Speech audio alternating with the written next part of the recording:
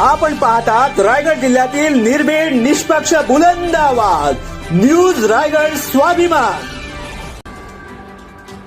9 lakh poultry व्यावसायिकांचा 3 जुलै रोजी पुणे येथे एल्गार।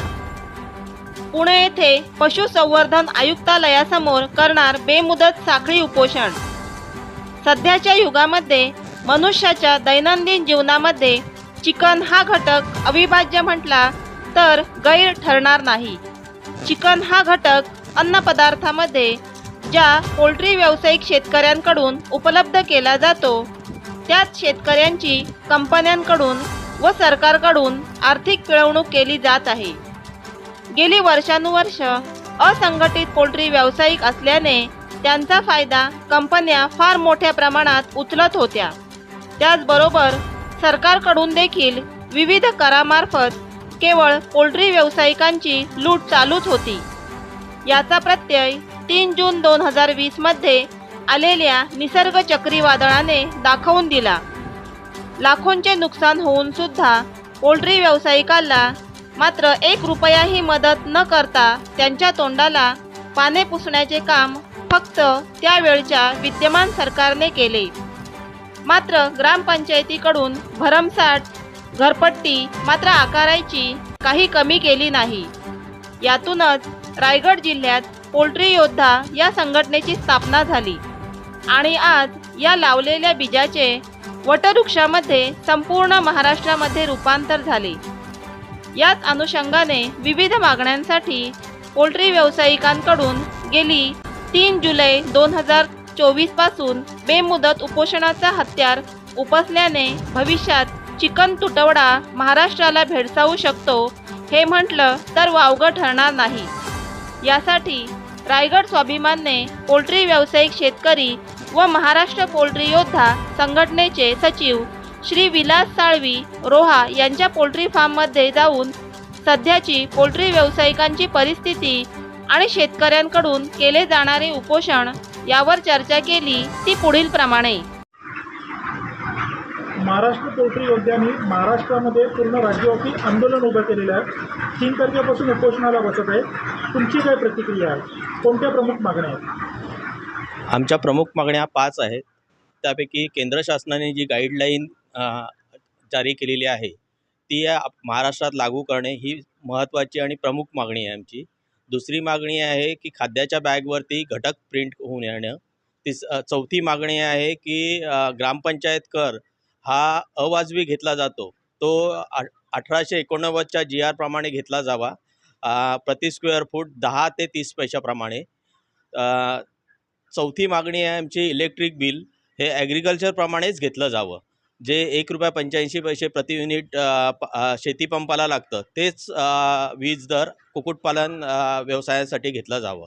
आणि 5वी मागणी आहे की शेतीपंपाला जसं 90% अनुदानावरती सौर ऊर्जा पॅनल दिलं जातं तसं आमच्या कुक्कुटपालक शेतकऱ्यांसाठी देखील 90% सबसिडीवरती सौर ऊर्जेचं पॅनल दिलं जावं। आंदोलनाची नक्की दिशा कशी असेल आणि हे आंदोलन छेडण्यापूर्वी आपण कोणत्या सरकारी अधिकाऱ्यांशी किंवा कोणत्या खात्यांशी समन्वय झालेला आहे का? हो, नक्कीच।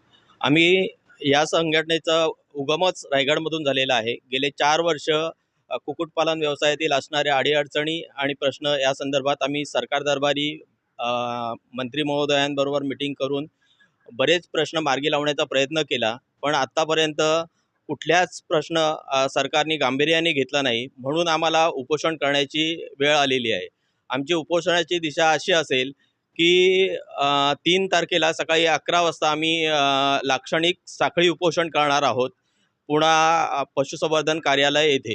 कारण महाराष्ट्राचं कुक्कुटपालन व्यवसायाचं जे मेन अधिष्ठान आहे ते पुण्याला पशुसंवर्धन कार्यालय इथेच आहे, तिथे आपण उपोषणाला बसणार आहोत। तिथे महाराष्ट्र राज्यातून प्रत्येक जिल्ह्यातून हजारो शेतकरी उपस्थित राहणार आहेत। ह्यासाठी तुम्हाला जोडले गेलेल्या संघटनेतील प्रत्येक सदस्याला काय आवाहन करू इच्छिता? महाराष्ट्रातील कुक्कुटपालक शेतकऱ्यांना माझं नम्र आवाहन राहील की 3 तारखेपासून होणाऱ्या उपोषणाला प्रत्येक शेतकऱ्याने तिथं येऊन उत्स्फूर्त प्रतिसाद द्यावा आणि आपला हा लढा यशस्वी करावा. गेले 15 वर्षात आपण असंघटित होतो.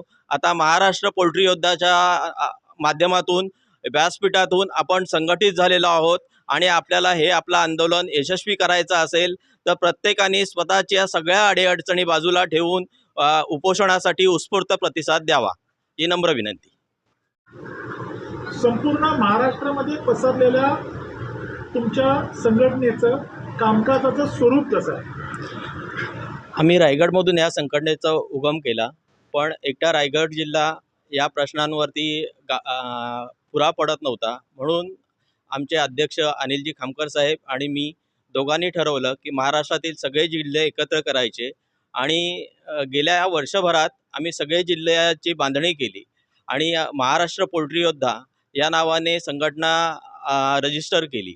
या संघटनेचं आमचं स्ट्रक्चर असं आहे, अध्यक्ष, सेक्रेटरी आणि खजिनदार ही 3 पदं वरती आहेत आणि त्यानंतर सहसंघटक, संघटक अशी मुख्य पदं आहेत. त्यानंतर प्रत्येक रिजन आपले आहेत त्या रिजनला एक उपाध्यक्ष दिला आहे.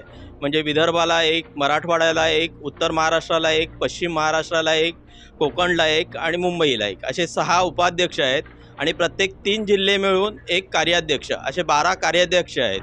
नंतर प्रत्येक जिल्ह्याला 1 जिल्हा संचालक दिलेला आहे. असे आमचे 36 जिल्हा संचालक आहेत आणि त्यानंतर प्रत्येक महाराष्ट्रात 356 तालुके आहेत, त्या प्रत्येक तालुक्याला 1 तालुका संचालक दिलेला आहे.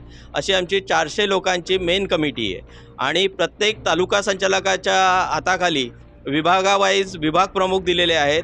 असे प्रत्येक गावात आमचा संघटनेचा कार्यकर्ता काम करत आहे, प्रत्येक शेतकऱ्याला न्याय देण्याचा काम करत आहे. आमच्या संघटनेला आत्तापर्यंत वेगवेगळ्या संघटनेच्या पाठिंब्याच्या माध्यमातून 9 लाख सदस्य आमच्या संघटनेमध्ये आहेत. रायगड स्वाभिमानसाठी सचिन ठाकूर, रोहा. नवी मुंबई व रायगड जिल्ह्यातील ताज्या बातम्या आणि घडामोडी पाहण्यासाठी सबस्क्राईब करा न्यूज रायगड स्वाभिमान लाईव्ह चॅनेल आणि दाबा बेल आयकॉन.